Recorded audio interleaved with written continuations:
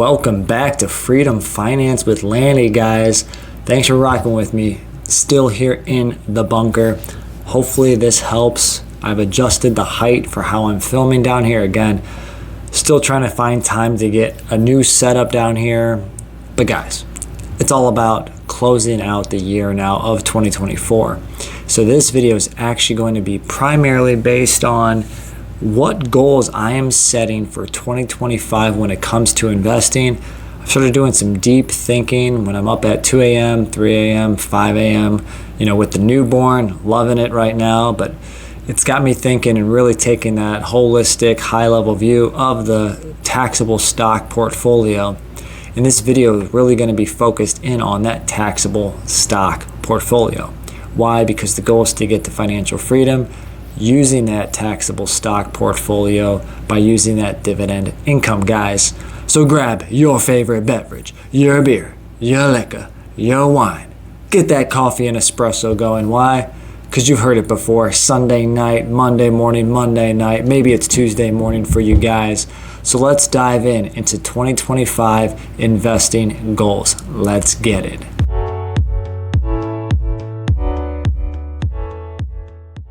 All right, guys. Hey, we're almost done with 2024.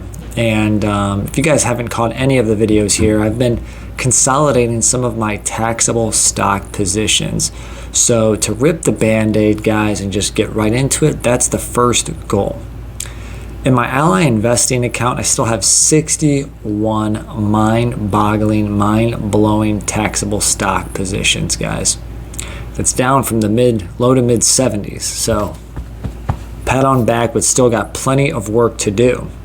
So my goal over the next 12 months in this department is to shrink that down from 61 to 50.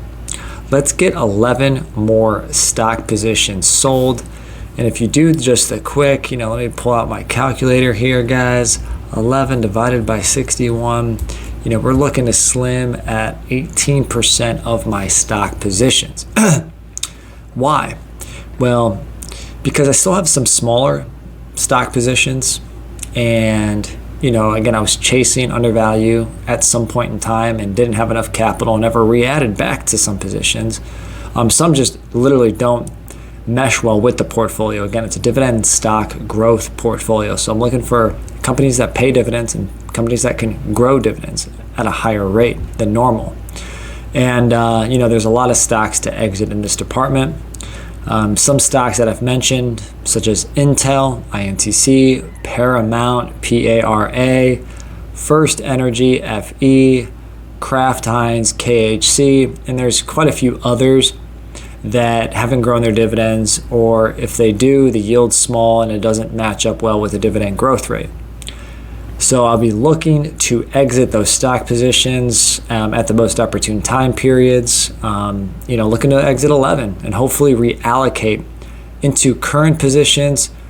Now, there might be a new position or two, so we'll have to figure out, do I exit more than 11? Is it 13? Is it 15? Because there might be other industries and other stocks that I find out that, okay, this is a company that I know and understand, that has a history of growing as a company, growing a dividend, and has a nice yield as well to go with it, guys. When I speak of yield, I'm really speaking of 2 to 4% with a dividend growth rate above, 6, 7 to 10% plus, just depending on the yield. So I'm looking at a good balance between 9 and 10% combined. If greater, that would be awesome. Second goal, guys, still sticking with the taxable dividend account. I'll finish this year pretty close to having almost $30,000 in forward projected income. So what does that mean? In 2025, I'm expecting to earn almost $30,000 in dividend income by growing the portfolio this year, investing into the ETFs, Vanguards, the VYM, VOO, VIG, and buying individual stock positions, dividend reinvestment, and dividend growth. So my goal for 2025 is not going to be as lofty as I set for 2024, which I think I wanted like 5,000, and I was okay with 4,000. Well, I'm not close to 4,000. I'm somewhere in the mid 3,000s right now. So my goal for 2025 is to finish off at 33,000 in projected income at 12/31/25 going into 2026. So, almost 2,000 of that should come from just dividend growth alone. But again, I might be exiting, when you go back to goal number 1, some higher yielding stocks such as First Energy, Kraft Heinz. There might be a few others, and I may be reinvesting back in at lower dividend yields, which again reduces the dividend income. So the goal is to add net 3,000 in forward dividend income, and I'll be doing that by, again, dividend growth from companies announcing increases and ETFs growing, dividend reinvestment, collecting the dividend and reinvesting right back into the stock or ETF, as well as buying. Obviously, my 3-pronged ETF strategy is not stopping, as well as the right individual taxable stocks. So that is number 2. So number 1, get down to 50 stock positions. Number 2, add 3,000 in projected income, or get to 33,000 in projected income. Investing taxable stock goal number 3. Increase my growth rate on my dividends. Right now, I was looking at a few updates that I've done. Pfizer just announced a nice 2.4% increase. A company my wife owned increased their dividend a little bit over 2%. So our average yield, our average dividend growth rate, and before we get into that, I have a lot of companies that I'm looking to exit that have a 0% growth rate. Some companies that cut their dividend, like Intel, Paramount, or some companies that simply just don't grow it, like Kraft Heinz. So there's a lot of anchors that are bringing this growth rate number down. But I'm currently at 5.42%, which just does not sit well with me, considering the rate of inflation, the cost of the purchasing power of everything going, way down. So I need to really outpace that. So when I exit those 11 plus stocks from goal number 1, that should literally grow the growth rate just by getting rid of them and reinvesting, even if I just did ETFs, because all 3 ETFs I own, VYM, VIG, VOO, all have growth rates of 7% plus.